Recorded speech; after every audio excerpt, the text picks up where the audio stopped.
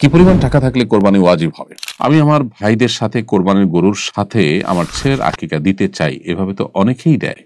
আমাদের কোরবানি দেওয়ার মতো সামর্থ্য নেই, এখন কি তাহলে এভাবে দিব না? দয়া করে উত্তর দিবেন। অতিরিক্ত মোটা ব্রু হালকা প্লাগ করলে কি গুনাহ হবে? সিজারের বাচ্চা চুল সপ্তম দিনে না কাটলে কোনো সমস্যা হবে কিনা? ওজুর পরের বিশেষ কোনো দোয়া আছে কিনা? বোরকা পরা অবস্থায় তায়াম্মুম করার সময় কি বোরকা খুলতে হবে? দ্রুত বিয়ের ফজিলত যদি একটু বলতেন। জুয়া খেলার জন্য ইসলাম বিশেষ কোনো শাস্তি রেখেছে কিনা জানাবেন দয়া করে। পরীক্ষায় ভালো ফলাফল করার জন্য কোনো দোয়া আছে কিনা? চলুন আর বিলম্ব না করে আপনাদের যে সমস্ত প্রশ্ন ইতিমধ্যে আমরা পেয়ে গেছি সেগুলোর উত্তর দেওয়ার পালায় আমরা প্রবেশ করি। আমি প্রথমত দেখতে পাচ্ছি, আমি আমার ভাইদের সাথে কোরবানির গরুর সাথে আমার ছেলের আকিকা দিতে চাই, এভাবে তো অনেকেই দেয়। আমাদের কোরবানি দেওয়ার মতো সামর্থ্য নেই, এখন কি তাহলে এভাবে দিব না? দয়া করে উত্তর দিবেন। আপনার ভাইদের সাথে আপনি যে কোরবানির গরুর সাথে ছেলের আকিকা দিতে চান, এটাতে অনেক ওলামাদের মতো আকিকা হয়ে যাবে, কিন্তু অনেক ওলামাদের মতো আকিকা হবে না। কারণ নবী করিম সাল্লাল্লাহু আলাইহি যারা বলেন হবে না, তাদের যুক্তি হলো যে নবী করিম সাল্লাল্লাহু আলাইহি সাল্লাম কোরবানি এবং আকিকা কোরবানির ক্ষেত্রে 7 ব্যক্তির তরফ থেকে যথেষ্ট হয়ে বলেছেন, আকিকার ক্ষেত্রে এরকম কোনো কথা বলেন নাই। যারা বলেছেন যে দুইটাই যথেষ্ট হয়ে যাবে, আকিকা এবং কোরবানি একই গুরুত্ব দিলে আদায় হয়ে যাবে, তাদের মত হলো যে কোরবানি এবং আকিকা একই ধরনের ইবাদত। তো এখানে যেহেতু মতপার্থক্য আছে, অধিকতর সতর্কতামূলক মত হবে আকিকা আলাদা দেওয়া, কোরবানির গরুর সাথে আকিকা মিশিয়ে না দিয়ে আলাদা দিতে পারলে সেটা হবে সবচেয়ে উত্তম এবং নিরাপদ। তাওহিদুল ইসলাম আপনি লিখেছেন, পরীক্ষায় ভালো ফলাফল করার জন্য কোনো দোয়া আছে কিনা? পরীক্ষার ফলাফল যেন ভালো হয় এর জন্য আলাদা করে স্পেসিফিক কোনো দোয়া নেই, তবে বান্দা আল্লাহ সুবহানাহু ওয়া তাআলার কাছে যে কোনো কল্যাণ কামনা করতে পারে, অতএব আল্লাহ আমার পরীক্ষার ফলাফল আপনি ভালো করে দিন, এটা আপনি দোয়া করতে পারেন। সেই সাথে আল্লাহর ফয়সালাকে মেনে নেওয়ার মতো ইমানের শক্তি আমাদের থাকতে হবে। আল্লাহ আমাদের সেই তৌফিক দান করুন। বোরকা পরা অবস্থায় তায়াম্মুম করার সময় কি বোরকা খুলতে হবে, নাকি বোরকার উপর দিয়ে মাসে করা যথেষ্ট হবে? বোরকা পরা অবস্থায় তায়াম্মুম করার সময় আপনাকে বোরকা যতটুকু তায়াম্মুম করার জন্য প্রয়োজন ততটুকু খুলতে হবে, বোরকার উপর দিয়ে মাসা করলে হবে না। আর তায়াম্মুমের জায়গা তো হলো মুখ, অতএব মুখে যদি বোরকার ঢাকা থাকে তাহলে তায়াম্মুম করা যাবে না, অতএব ভেতর দিয়ে আপনাকে তায়াম্মুম করতে হবে। মুখের মাসা করার জায়গাটা হাত বোলাতে হবে সরাসরি মুখের উপরে, আবার হাতের যে জায়গাটা সেটাও বোলাতে হবে হাতের উপরে ডাইরেক্ট, অর্থাৎ বোরকার উপরে এই করলে আপনার মাসা করলে হবে না। ফারজান আক্তার মৌ আপনি লিখেছেন, অতিরিক্ত মোটা ব্রু হালকা প্লাগ করলে কি গুনাহ হবে? আপনার ব্রু যদি অনেক বেশি মোটা হয়, দেখতে দৃষ্টিকটু হয়, আপনার কাছে ত্রুটিপূর্ণ মনে হয়, অস্বাভাবিক মনে হয়, তাহলে সেক্ষেত্রে স্বাভাবিকের চেয়ে মোটা হওয়ার কারণে সেটাতে আপনি ব্রু প্লাগ করে যদি স্বাভাবিক করার চেষ্টা করেন, সেটা হবে আপনার পার্ট অফ ট্রিটমেন্ট, চিকিৎসার অংশ, সেটা জায়েজ। কিন্তু যদি সেটা না হয়, বরং গতানুগতিক যে সাজসজ্জা সেটা করতে গিয়ে আপনার আর্টিফিশিয়াল ভাবে আপনি আপনার সৌন্দর্য সৃষ্টি করার জন্য যদি মৌলিক পরিবর্তন আনতে চান, সেটা কিন্তু জায়েজ হবে না।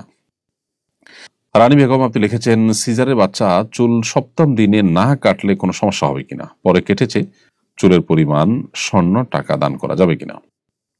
বাচ্চার সপ্তম দিনে চুল কাটাটা হলো মুস্তাহাব, অতএব কোনো কারণে এটা যদি অসুবিধা মনে করেন, বাচ্চার সমস্যা হতে পারে, অথবা সিজারিয়ান বাচ্চা, ডাক্তারের অনুমোদন নাই, অথবা সামহাও কোনো কারণে কাটতে পারেন নাই, তো পরে কাটবেন, কোনো অসুবিধা নেই। সপ্তম দিনের কাটাটা ফরজ ওয়াজিব কিছু না, তবে মুস্তাহাব, পরে কাটলেও এটা মুস্তাহাবটা আদায় করে না, জাস্ট এটুকু।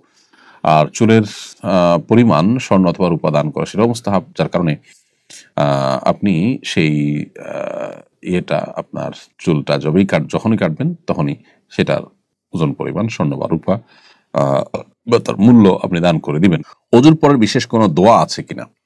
ওজুর পর আমরা দোয়া পড়বো, আল্লাহুম্মা জাআলনি মিনাত তাওয়াবিন ওয়া জাআলনি মিনাল মুতাতাহহিরিন। আর এছাড়া কালিমায়ে শাহাদা পাঠ করা সুন্নাহ দ্বারা সাব্যস্ত হয়েছে, যার কারণে ওজুর পর আমরা পড়বো আশহাদু আল্লা ইলাহা ইল্লাল্লাহ ওয়া আশহাদু আন্না মুহাম্মাদান আবদুহু ওয়া রাসূলুহু। আর আল্লাহুম্মা জাআলনি মিনাত তাওয়াবিন ওয়া জাআলনি মিনাল মুতাতাহহিরিন এটি আমরা পাঠ করতে পারি। আর এছাড়া ওজুর শুরুতে বিসমিল্লাহ পাঠ করব আমরা, এ হলো উজুতে সর্বসাকুল্যে দোয়া। এর বাইরে উজুতে হাত ধোয়ার দোয়া, মুখ ধোয়ার দোয়া, মাথা মাসে করার দোয়া, পাও ধোয়ার আলাদা দোয়া, এরকম ভাবে দোয়ার কথা আমরা শুনি, কিন্তু সেটি কোরআন বা সুন্নাহর কোথাও বর্ণিত হয়নি, অথেন্টিক কোনো সোর্সে সেরকম কোনো দোয়ার কথা নেই। এমনি মানিরুল্লাহ আপনি লিখেছেন, দ্রুত বিয়ের ফজিলত যদি একটু বলতেন। নবী করিম সাল্লাল্লাহু আলাইহি সাল্লাম বলেছেন, অভিভাবকদেরকে লক্ষ্য করে, তোমাদের সন্তান সন্ততি বিয়ের উপযুক্ত হওয়ার পর তোমরা বিলম্ব করবে না, কারণ বিলম্ব করার ফলে তারা যদি গুনাহে লিপ্ত হয়, সমাজে যদি ফাসাদ এবং ব্যত্যয় সৃষ্টি হয় তাহলে সেটা বিলম্বে গুনাহের কারণেই হবে এবং এর দায় সংশ্লিষ্টদেরকে বহন করতে হবে, সেজন্য দেরি করা উচিত নয়। আল্লাহ রাব্বুল আলামিন কাউকে যখন মহরের টাকা জোগাড় করা এবং স্ত্রীর ভরণ পোষণের মিনিমাম আয়োজন করবার শক্তি সামর্থ্য দিবেন, তখনই তার বিয়ে করার চেষ্টা করা কর্তব্য। এমনকি আল্লাহ সুবহানাহু ওয়া তাআলা অভিভাবকদেরকে নির্দেশ করেছেন, আনকিহুল আয়ামা মিনকুম ওয়াস-সালিহিন মিন ইবাদিকুম ওয়া ইমানিকুম ইন ইয়াকুনু ফুকারা ইউগনিহিমুল্লাহু মিন ফাদলিহি। অভিভাবকদেরকে আল্লাহ নির্দেশ করেছেন, তোমরা যারা অভিভাবক, তোমরা তোমাদের অধীনস্থ যারা আছে, ছেলে মেয়ে এবং অন্য যারা আছে অধীনস্থ তাদেরকে তোমরা বিবাহ দাও। যদি তারা দরিদ্র হয়, গরিব হয়, বিবাহের বরকতে আল্লাহ রাব্বুল আলামিন তাদেরকে সচ্ছল করে দিবেন।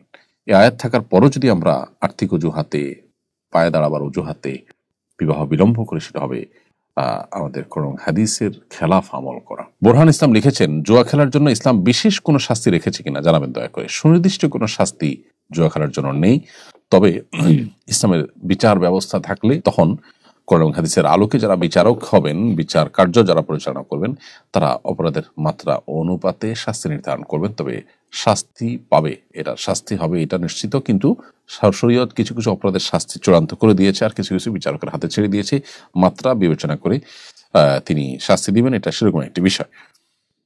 তবে কোরআন কারিমে আল্লাহ তাআলা পরিষ্কারভাবে এটাকে শয়তানের কর্মকাণ্ড বলেছেন, অর্থাৎ জঘন্য গুনাহ হিসাবে উল্লেখ করা হয়েছে। আল্লাহ বলেছেন, ইন্নামাল খামরু ওয়াল মাইসিরু ওয়াল আনসাবু ওয়াল আজলামু রিজসুম মিন আমালিশ শাইতানি ফাজতানিবুহু। এখানে আল্লাহ রাব্বুল আলামিন মদ, জুয়া এসবগুলোকে শয়তানের নিকৃষ্ট কর্ম বলেছেন এবং এটা থেকে আমাদেরকে বিরত থাকার জন্য আল্লাহ তাআলা নির্দেশ করেছেন। কি পরিমাণ টাকা থাকলে কোরবানি ওয়াজিব হবে? ফোকায়ে হানাফের মতে সামর্থ্যবান সচ্ছল ব্যক্তিদের জন্য কোরবানি ওয়াজিব। সচ্ছল ব্যক্তি বলতে তাদেরকে বোঝানো হয়েছে যাদের উপরে যাকাত ফরজ হওয়ার মতো অর্থ যাদের কাছে আছে।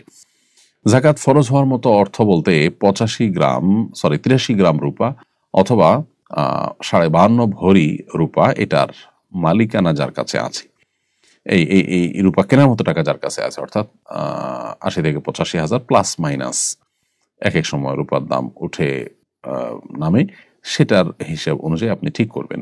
তো এইভাবে যদি রূপা আপনার এইভাবে যদি আপনি নিসাবের মালিক হন ঈদের দিনগুলোতে, কোরবানির দিনগুলোতে, তাহলে আপনার পরে কোরবানি ওয়াজিব হবে।